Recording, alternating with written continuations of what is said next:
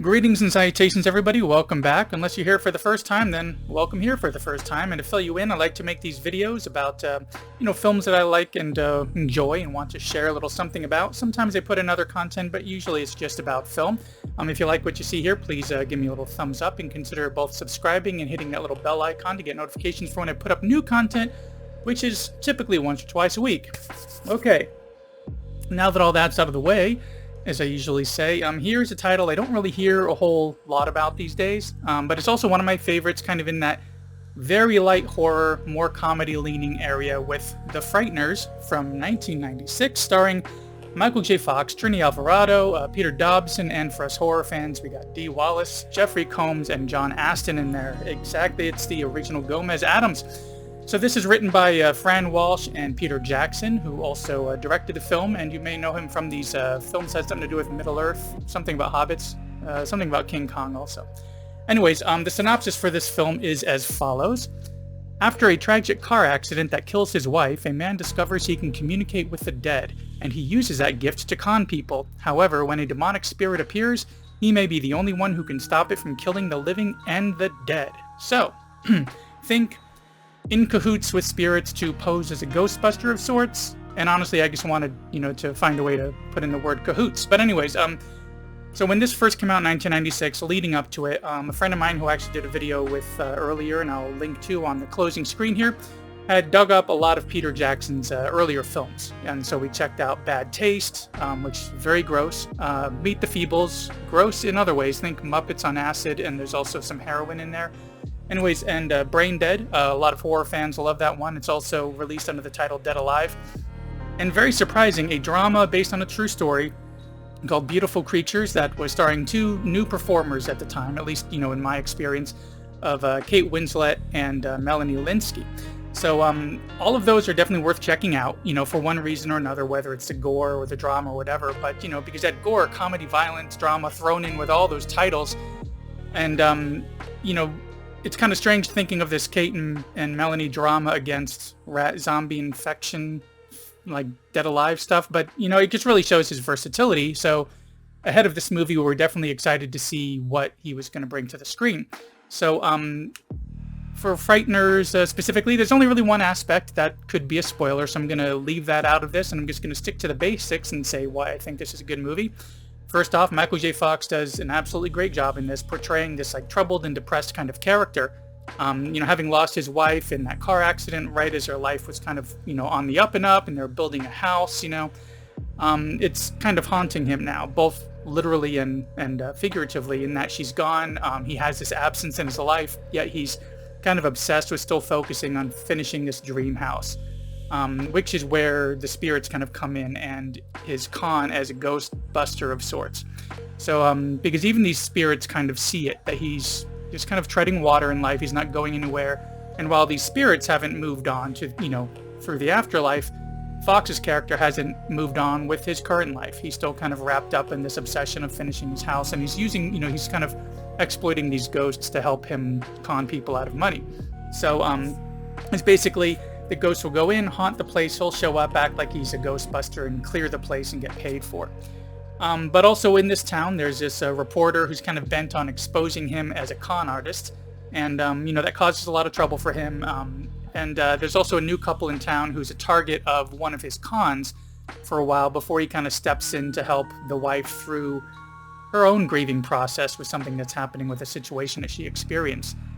Yeah, a lot of that sounds like a downer, I know, but there is a lot of comedy thrown in here, especially by the way of the spirits that are helping him out on this con, as well as a character played by it's kind of like a Marine drill sergeant instructor kind of a spirit played by Arlie Emery, who is really famous for Full Metal Jacket, voicing like one of the Green Army men in Toy Story, and he's kind of like this spirit who's like guards a cemetery to keep some of those unsettled spirits in line. So we get a lot of comedy through those ghosts and through that character. But we also get some more layers kind of thrown in here by the way of another, this woman that he's helping out, the one played by Trini Alvarado. She's kind of like this caseworker for this hospital, coming to check in on a woman played by Dee Wallace, who's kind of homebound. She's confined to her home with her mother. She's sensing that something is up there, something that us as the audience is clued into with an opening scene showing this really crazy, in-your-face haunting that's terrorizing Dee Wallace's character and her mother. So we get that other aspect thrown into it as well, and it gives us a whole lot to really unpack here, because this situation does get kind of big, and that's where some spoilers kind of come in. So I'm just going to kind of stay away from that and just go to kind of like the root of his investigation, so to say, on what's happening in this story. So anyways, what this film really does best, I think, is balance, that ghostly comedy kind of stuff with a little bit of light horror thrown in, while also dealing with this more dramatic side around Fox's character and how he's dealing with his wife's passing and trying to move on from that. But, aside from that, which, of course, I feel that should be enough to keep somebody interested in this film, especially if you enjoyed any of those Middle-earth films, we get this really amazing performance by Jeffrey Combs.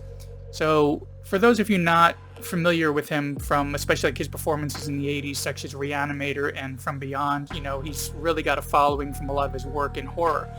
And I actually have a video that he did for From Beyond a few months back, which I will link to at the end as well.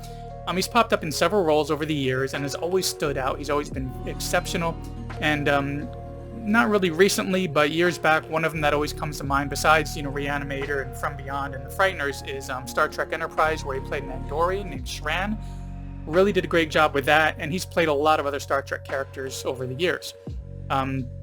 In this film, he plays an FBI agent who's kind of called in to check on what's happening in the town with these mysterious deaths. He specializes in the occult. He'd worked kind of undercover with a lot of occult groups and, different different occult groups and crimes that were happening. So he's a little twitchy from all that.